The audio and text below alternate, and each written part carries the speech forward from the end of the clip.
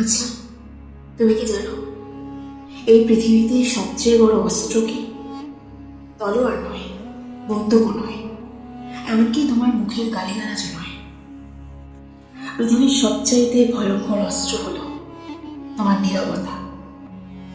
তোমার নীরবতাই পৃথিবীর সবচাইতে বড় অস্ত্র, আর যার জন্য তুমি দিন রাত ছটফট করছো, যাকে মেসেজ করতে করতে তোমার আঙুল ব্যথা হয়ে গেছে, যার একটা রিপ্লাই পাওয়ার জন্য তুমি চাতক পাখির মতো তাকিয়ে থাকো, আর সে তোমাকে অবহেলা করছে, সস্তা ভেবে নিয়েছে, তাই না? দাঁড়াও, অনেক হয়েছে কাকুতি মিনতি, এবার খেলাটা ঘুরিয়ে দেওয়ার সময় এসেছে। আজ আমি তোমাকে শেখাবো কিভাবে চোখ থেকে সামনের মানুষটাকে ছটফট করাতে হয়। আজ আমি তোমার ভেতরে সেই আগুনের ফুলকি জ্বালিয়ে দেবো, যেটা দেখার পর তোমার অবহেলাকারী ব্যক্তি নিজের ভুল বুঝতে বাধ্য হবে। তোমার প্রিয় মানুষটি নিজের ভুল বুঝতে বাধ্য হবে। আজ এই ভিডিওটি দেখার পর তোমার দুর্বল মনটা পাথরের মতো শক্ত হয়ে যাবে। যদি তুমি চাও সে তোমার অভাব হাড়ে হাড়ে টের পাক, তবে এই ভিডিওর প্রত্যেকটা শব্দ তোমার আত্মার গভীরে গেঁথে নাও। এক মুহূর্তের জন্যেও চোখ সরাবে না, কারণ আজ তোমার জীবনের মোড় ঘুরতে চলেছে। তুমি আজ কেন কাঁদছো জানো? কারণ তুমি তো তাকে তোমার জীবনের কেন্দ্রবিন্দু বানিয়ে ফেলেছ। সাইকোলজি বলে মানুষের মন খুব অদ্ভুত। তুমি যত কাউকে যত বেশি গুরুত্ব দেবে, সে তোমাকে ততটাই মূল্যহীন করবে। তুমি যখন তার জন্য সব সময় অ্যাভেলেবেল থাকো, তখন সে তোমাকে ঘরের আসবাবপত্র মনে করে। আসবাবপত্র যেমন ঘরে থাকে, কেউ তাকে আলাদা করে কদর করে না, তোমার অবস্থাটা ঠিক তেমন হয়ে যায়। চাণক্য বলেছিলেন, অত্যাধিক সরলতা অনেক সময় বিষের মতো কাজ করে। বনের সোজা গাছটা আগে কাটা হয়, আর বাঁকা গাছটাকে এগিয়ে রাখা হয়। তুমি এতটাই সোজা যে তোমাকে যখন খুশি ব্যবহার করছে, আর যখন খুশি ছুঁড়ে ফেলে দিচ্ছে। ভেবে দেখো তো, তুমি যখন নতুন একটা ফোন কেনো, প্রথম কয়েকদিন সেটাকে খুব যত্ন করো, একটু ধুলো লাগলে মুছে ফেলো, কিন্তু 1 বছর পর ফোনটা যেখানে সেখানে পড়ে থাকে, তুমি পরোয়াও করো না। কেন? কারণ ফোনটা তোমার কাছে সব সময় আছে। ঠিক একইভাবে তুমি যখন তাকে বারবার ফোন করে জিজ্ঞাসা করো, তুমি খেয়েছো কিনা, তুমি কোথায় আছো, তুমি আমাকে কেন ভুলে গেলে, বা তুমি আমার সাথে এমন কেন করছো, এই ব্যবহারগুলোই তার কাছে আমার ভ্যালু ধীরে ধীরে কমিয়ে দেয়। ওই পুরনো ফোনটার মতো হয়ে যায়। সে জানে সে খারাপ ব্যবহার করলেও তুমি কোথাও যাবে না।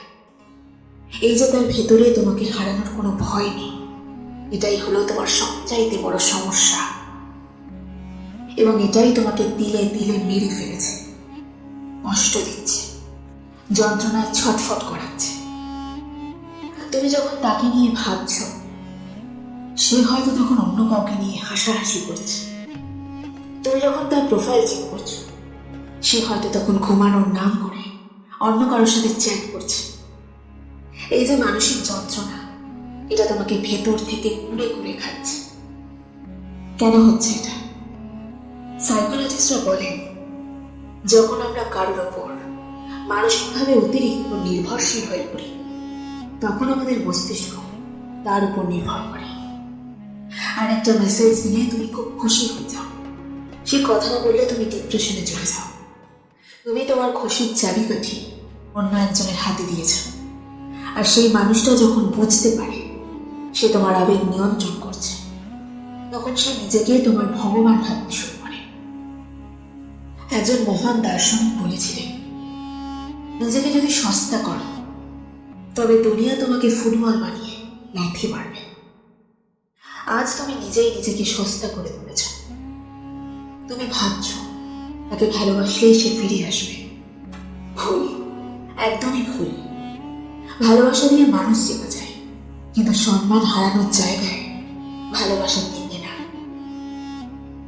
আগে তোমাকে তোমার সম্মানটা ফিরে পেতে হবে, তুমি হয়তো ভাবছো আমি যদি চুপ থাকি সে তো আমাকে ভুলেই যাবে। না, এটা তোমার ভুল ধারণা। এখানেই কাজ করে রিভার্স সাইকোলজি। মানুষ সেই জিনিসের পেছনে চলে যা সে সহজে পায় না। একটা বাস্তব উদাহরণ দিই। ছোটবেলায় যখন কোনো খেলনা তোমাকে সহজে দেওয়া হতো না, তুমি সেটার জন্য কত কান্নাকাটি করবে, আর যেটা অনায়াসে পেয়ে যেতে সেটা দুদিন পর ঘরের কোনায় পড়ে থাকবে। মানুষের মনস্তত্ত্ব বড় হওয়ার পরও পাল্টায় না। তুমি যখন তার জীবন থেকে হঠাৎ উধাও হয়ে যাবে, তখন তার ইগোতে আঘাত লাগবে। সে ভাববে যে মানুষটা আমার পায়ের নিচে পড়ে থাকবে, সে হঠাৎই কেন কথা বলছে না, তার জীবনে কি অন্য কেউ এলো, সে কি আমাকে ছাড়া ভালো আছে? এরকম বিভিন্ন প্রশ্ন তার মনের মধ্যে ঘুরপাক খাবে। এই প্রশ্নগুলোই তাকে ছটফট করাবে। কিন্তু তুমি কি করছো? তুমি তাকে প্রশ্ন করার সুযোগই দিচ্ছ না। তুমি নিজেই সব উত্তর দিয়ে দিচ্ছ। কখন খাচ্ছ, কোথায় যাচ্ছ, সব জানিয়ে দিচ্ছ। তোমার জীবনের কোনো রহস্য নেই। আজ যে বইয়ের সংখ্যাটা পড়া হয়ে গেছে, সেই বই কেউ দ্বিতীয়বার করে না, এটা মাথায় রেখো। চাণক্য বলেছিলেন, সাপের বিষ না থাকলেও তাকে ফোনে তুলতে হয়, যাতে অন্যরা মনে করে সে বিষধর। তোমার ভেতরটা হয়তো কান্নায় ভেঙে যাচ্ছে, তোমার হয়তো দম বন্ধ হয়ে আসছে তার সাথে কথা না বলে, কিন্তু বাইরে তোমাকে এমন ভাবে থাকতে হবে যেন তোমার কিচ্ছু যায় আসে না। তুমি যদি আজ নিজেকে না সামলাও, তবে মনে রেখো এই সমাজ এবং ওই ব্যক্তিটা তোমাকে পিষে দিয়ে চলে যাবে। মানুষের মন বড় বিচিত্র। সে দুর্বলকে করুণা করে, কিন্তু শ্রদ্ধা করে না। আর যেখানে শ্রদ্ধা নেই, সেখানে কোনো দিন প্রেম থাকতে পারে না। তুমি নিজেকে প্রশ্ন করো, তুমি কি সারা জীবন অন্যের দয়া চেয়ে বেঁচে থাকতে চাও, নাকি চাও সে তোমার ব্যক্তিত্ব রেখে মাথা নত করো? যদি দ্বিতীয়টা চাও, তবে তোমাকে চুপ থাকার শিল্প রপ্ত করতে হবে। কি বললাম? তোমাকে চুপ থাকার শিল্প রপ্ত করতে হবে। তো এরই পরবর্তীতে তোমাকে শেখাবো নীরবতাকে কিভাবে অস্ত্র হিসেবে ব্যবহার করবে। এখন শোনো মনীষীদের কিছু শক্তিশালী উক্তি এবং জীবন বদলানোর কৌশল। তুমি ভাবছো তুমি চুপ থাকলে সে হয়তো তোমাকে ভুলে যাবে। শোনো, মনোবিজ্ঞান বলে অতিরিক্ত কথা মূল্য কমিয়ে দেয়, আর রহস্যময় নীরবতা আকর্ষণ বাড়িয়ে দেয়। কি বললাম? যে রহস্যময় নীরবতা কিন্তু আকর্ষণ বাড়িয়ে দেয়। একবার ভেবে দেখো তো, আকাশে প্রতিদিন সূর্য ওঠে বলে আমরা কি সূর্যের গুরুত্ব প্রতিদিন দিই না? কিন্তু যদি 7 দিন সূর্য না ওঠে, সারা পৃথিবী হাহাকার শুরু করে দেয়। কেন? কারণ অনুপস্থিতি জিনিসের কদর বাড়িয়ে দেয়। তুমি এতদিন তার কাছে সেই পড়া রোদ ছিলে যা তাকে অতিষ্ঠ করে তুলেছিল। এবার তোমাকে সেই পূর্ণিমার চাঁদ হতে হবে যা মাঝে মধ্যে দেখা যায় এবং যার অপেক্ষায় মানুষ আকাশের দিকে তাকিয়ে থাকে। চাণক্য বলেছিলেন, যিনি নিজের মনকে নিয়ন্ত্রণ করতে পারেন না, তিনি শত্রুর হাতের পুতুল হয়ে যান। তুমি যদি আঙুলকে মেসেজ পাঠানো থেকে আটকাতে না পারো, তবে তুমি হারবে। আজ থেকে তোমার ফোন তোমার সবচাইতে বড় পরীক্ষা। যে সে যখন মেসেজ দেবে, তুমি তাৎক্ষণিক রিপ্লাই করবে না। সে কল দেবে, তুমি প্রথমবারই ধরবে না। তাকে বুঝতে দাও যে তোমার জীবনে তাকে ছাড়াও আরো গুরুত্বপূর্ণ কাজ আছে। যখন সে দেখবে তুমি তাকে ছাড়াও দিব্যি আছো, তখন তার মনে প্রথমবারের মতো ভয় জন্ম নেবে, এই ভেবে যে আমি কি ওকে হারিয়ে ফেললাম। বর্তমানে আমরা প্রেমে পড়ি কম, কিন্তু সোশ্যাল মিডিয়ায় শো অফ করি বেশি। তুমি কি করো? সে মেসেজ দিচ্ছে না বলে তুমি স্যাড স্ট্যাটাস দাও, বিরহের গান শেয়ার করো। এটা দেখা মানেই তুমি তাকে বুঝিয়ে দিলে সে তোমাকে কষ্ট দেওয়ার ক্ষমতা রাখে, অর্থাৎ রিমোট কন্ট্রোল তার হাতে আছে। এবার খেলাটা উল্টে দাও। কি করবে? আজ থেকে কোনো কান্নাকাটি স্ট্যাটাস নয়, বরং এমন কিছু পোস্ট করো যেখানে তোমাকে খুব হাসি খুশি দেখাচ্ছে, কোনো বন্ধুর সাথে কফি খাচ্ছ বা কোনো সুন্দর জায়গায় ঘুরতে গেছো। এমন ধরনের ছবি দাও, এমনভাবে নিজেকে উপস্থাপন করো যে তোমার জীবনটা একটা উৎসব। আর যখন সে দেখবে তুমি তাকে ছাড়া অত্যন্ত ভালো আছো, তখন তার ইগো হার্ট হবে।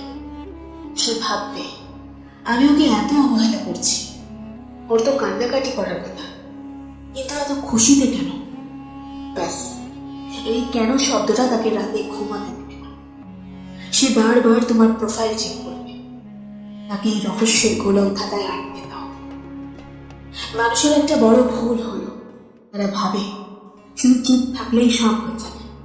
না, তার সাথে তোমাকে ভেতর থেকে এবং বাইরে থেকে নিজেকে বদলে ফেলতে হবে। চুপ থাকবে, কিন্তু ভেতর এবং বাইরে থেকে নিজেকে পরিবর্তন করতে হবে। তুমি যদি সেই একই পুরনো কান্নাকাটি করা মানুষ হয়ে থাকো, তবে সে ফিরে এলেও আবার চলে যাবে। নিজেকে জানো, নিজেকে গড়ে তোলো। শারীরিক মানসিক পরিবর্তন খুবই জরুরি। একটু ফিটনেস নিয়ে কাজ করো, ভালো পোশাক পরো। তোমাকে যখন সে নতুন লোকে দেখবে, তার মনে হবে সে কোনো দামি হীরা হারিয়ে ফেলেছে।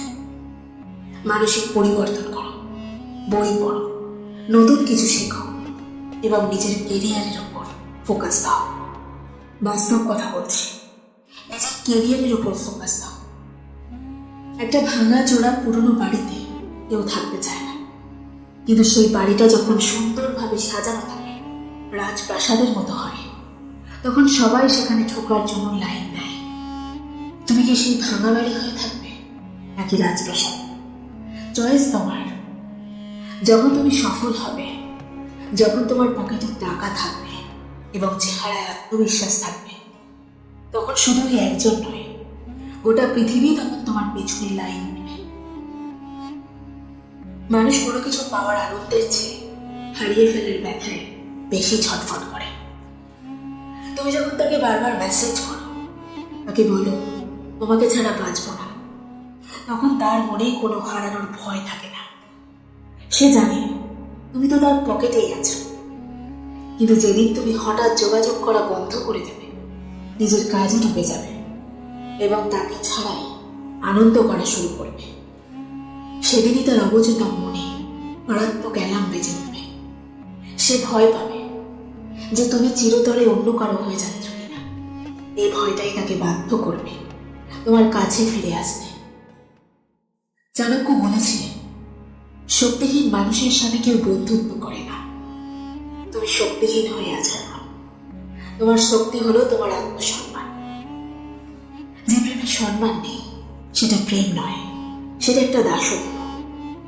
আজ থেকে দাসের জীবন ত্যাগ করে রাজার মতো বাঁচতে শুরু করো। ভালো করে কান খুলে শুনে নাও। আজ থেকে দাসের জীবন ত্যাগ করে রাজার মতো বাঁচতে শেখো। এমন একটা তেতো সত্য কথা বলি, মন দিয়ে শুনবে। তুমি যাকে নিয়ে এত ছটফট করছো, সে কি সত্যি তোমার যোগ্য? যে মানুষটা তোমার চোখের জল দেখেও কোনো রিয়্যাক্ট করে না, যে তোমার নীরবতা বোঝে না, সে কি সত্যি তোমার ভালোবাসার দাম দেবে? অনেক সময় আমরা ভুল মানুষের পেছনে আমাদের মূল্যবান সময় নষ্ট করি। তুমি তোমার সুখের চাবিকাঠি ওই মানুষটার হাতে কেন দিয়ে রেখেছ? সে হাসালে তুমি হাসবে, সে কাঁদালে তুমি কাঁদবে। তুমি কি রোবট? নিজেকে প্রশ্ন করো, তুমি কি রোবট? সে হাসালে তুমি হাসবে, সে কাঁদালে তুমি কাঁদবে। কি জিনিস এটা? নিজের ইমোশনকে নিজের নিয়ন্ত্রণে আনো। যখন তুমি তাকে বুঝিয়ে দেবে যে আমি তোমাকে ভালোবাসি, কিন্তু তোমাকে ছাড়াও আমি চমৎকারভাবে বেঁচে থাকতে পারি, ব্যাস, সেদিন থেকেই মানুষ তোমাকে সম্মান করতে শুরু করবে। যারা তোমাকে অবহেলা করছে, তাদের জন্য কাঁদা বন্ধ করো। বরং এমন কিছু করে দেখাও, এমন কিছু করে দেখাও যেন তারা একদিন তোমাকে গুগলে সার্চ করতে বাধ্য হয়। তুমি হয়তো এখন ভাবছো, সবই তো বুঝলাম, কিন্তু তার স্মৃতিগুলো যে আমাকে রাতে ঘুমোতে দেয় না। বাস্তব কথা এটা, তোমার কথা একদম সত্য।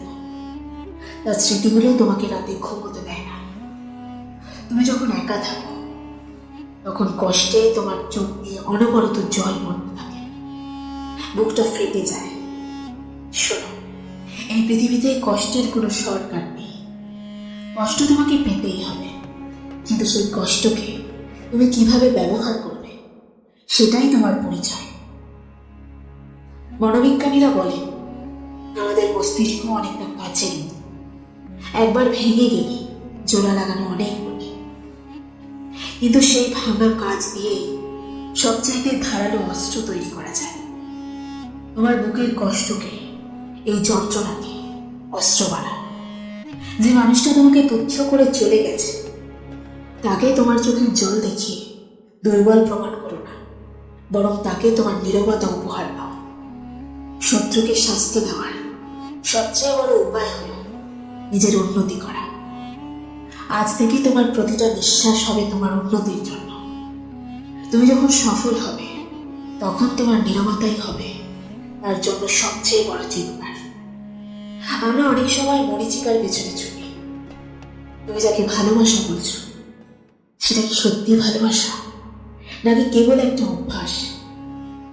ভালোবাসা কখনো কাউকে ছোট করে না, ভালোবাসা কখনো কাউকে ভিখারি বানায় না।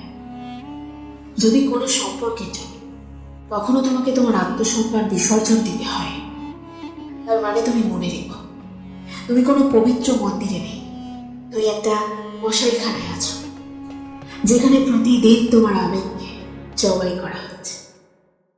স্বামী বিবেকানন্দ একটা কথা বলেছিলেন, জেগে উঠো, সচেতন হও, লক্ষ্যে না পৌঁছানো পর্যন্ত থেমো না। তোমার লক্ষ্য কি ওই মানুষটার পায়ে পড়ে থাকো? না, তোমার লক্ষ্য হলো নিজেকে এমন এক উচ্চতায় নিয়ে যাওয়া যেখান থেকে তাকিয়ে ওই মানুষটাকে তোমার খুব ক্ষুদ্র মনে হবে। মনে রেখো তোমার একটা নিজস্ব সত্তা আছে। এই মুহূর্ত থেকে নিজেকে প্রতিজ্ঞ করো আর কোনো দিন কারোর কাছে দয়া ভিক্ষা করবে না। নিজেকে এতটাই মূল্যবান করে তোলো যেন মানুষ তোমাকে হারানোর ভয়ে আতঙ্কিত থাকে। মনে রেখো তোমার জীবনের এই অন্ধকার সময়টা আসলে তোমাকে তোমার ভেতরে তেজ দেখানোর সুযোগ করে দিচ্ছে।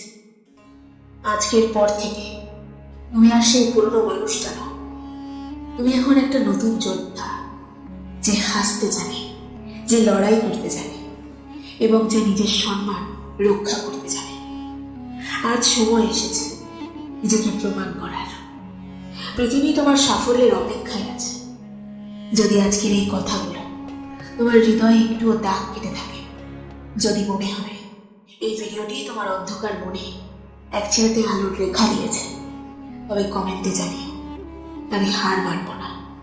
এই ছোট্ট কমেন্ট হয়তো অন্য কোনো ভেঙে পড়া মানুষকে নতুন করে বাঁচার শক্তি দেবে। আর হ্যাঁ, ভিডিওটি ভালো লাগলে লাইক দিয়ে হাইপ করে দিও। আর এই চ্যানেলে নতুন হলে সাবস্ক্রাইব করতে ভুলো না। ধন্যবাদ সবাই।